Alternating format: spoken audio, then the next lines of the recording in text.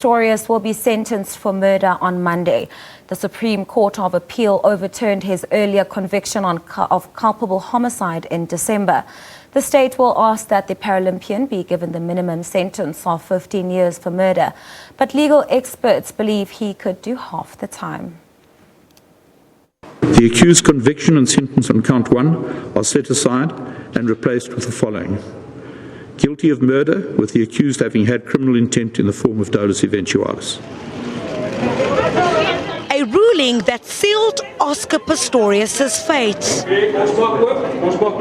But it was not to end there for the disgraced athlete. The Paralympian sought to overturn that decision at the highest court in the land, but he hit a brick wall.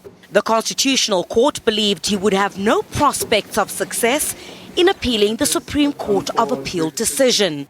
With Pistorius' last hope out the window, sentencing arguments start on Monday and they're expected to last the whole week. Murder carries a minimum sentence of 15 years.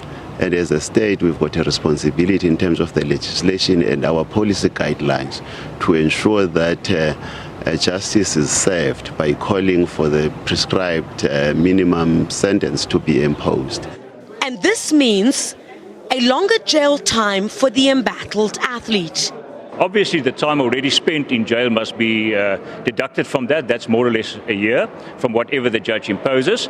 And then the judge has, in her discretion, the prerogative to deviate if there are compelling and substantial evidence to do so. I suppose a sentence to be handed down in between 11 and 12 years.